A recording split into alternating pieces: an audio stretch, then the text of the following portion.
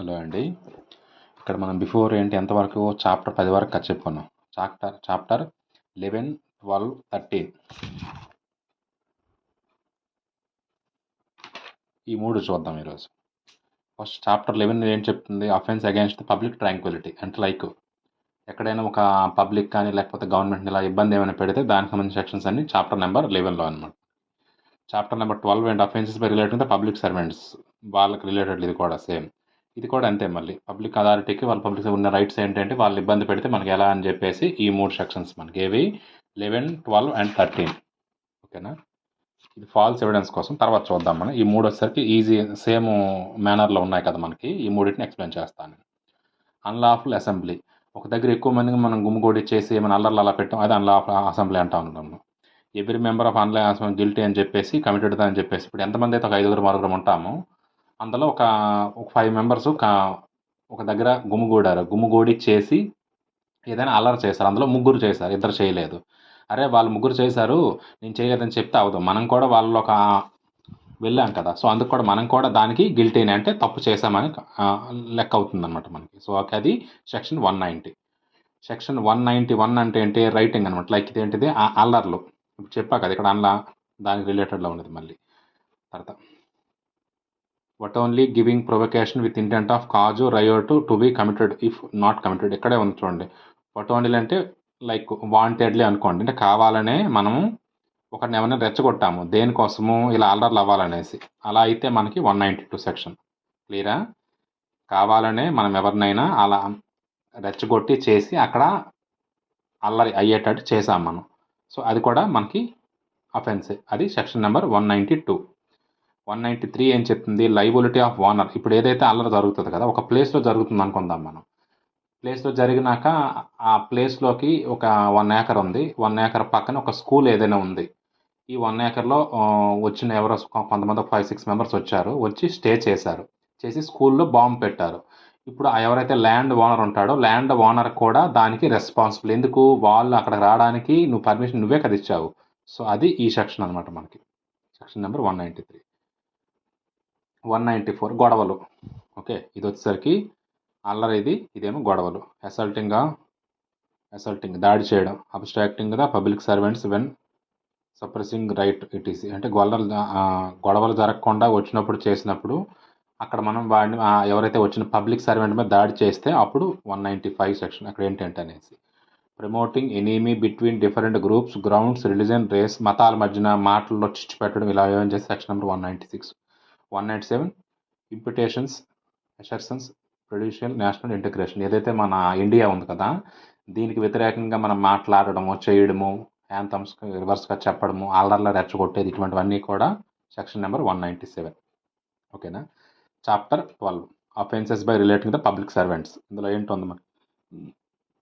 Public servant disobeying law with intent to cause of danger any person.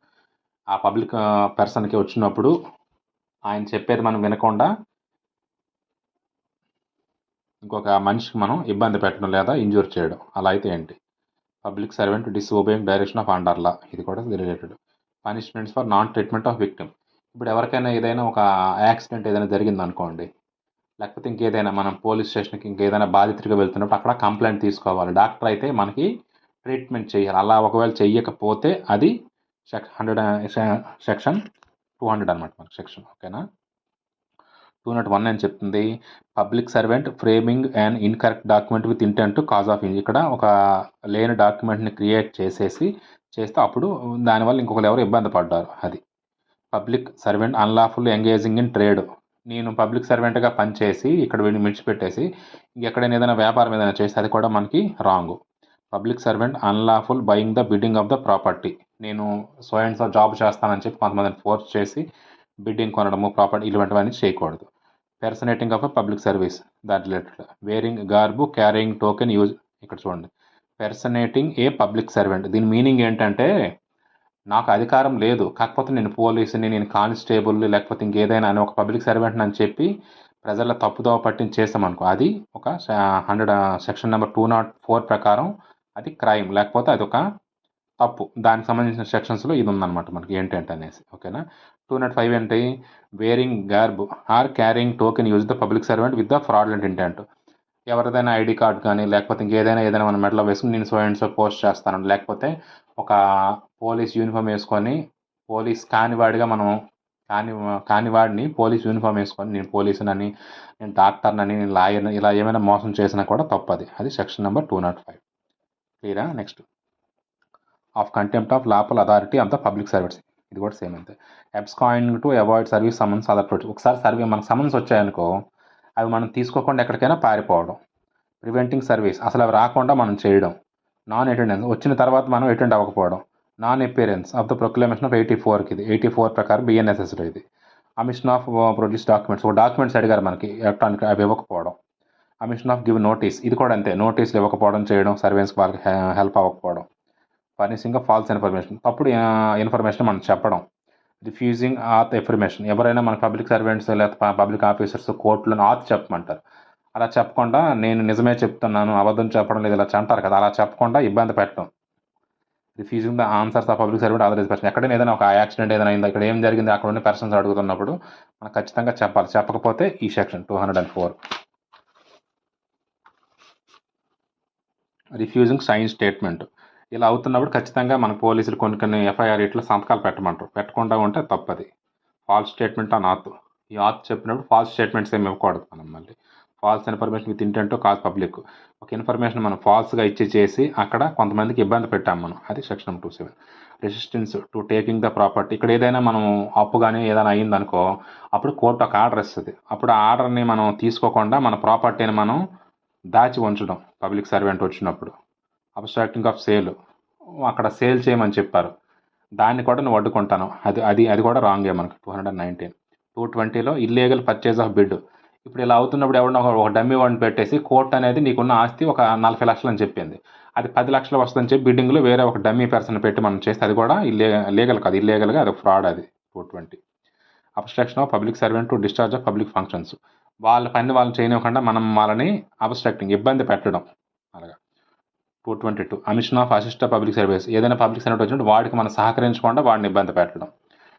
Disobedience of order to promote పబ్లియన్స్, disobedience అంటే వాడు ఏదైనా ఒక పద్ధతి చెప్తుంటే వాడికి మనం వ్యతిరేకంగా అలా అయింది ఇలా అయిందని చెప్పి ఇబ్బంది పెట్టి వాడిని మనం డిసొబీడియన్స్, సహకరించకపోవడం. Threat of injury the public service, వచ్చినోడికి మనం కొట్టడం చేయడం, ఏదైనా పని మీద పబ్లిక్ సర్వెంట్ మనం వచ్చేయడానికి మనం అరెస్ట్ చేయడానికి కానీ ఏదైనా జరిగినప్పుడు వాడిని తిరిగి మనం ఇబ్బంది పెట్టడం. Threat of injury induce the person refrain the application protection of the public servant, వచ్చినోడికి మనం ఏదైనా ముప్పు కలిగించడం.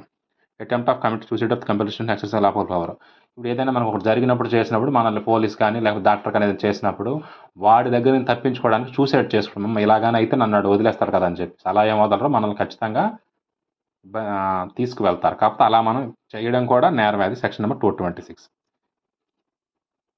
క్లియర్ కదా మీకు. ఇవన్నీ కూడా పబ్లిక్ రిలేటెడ్లో 11, 12, 13.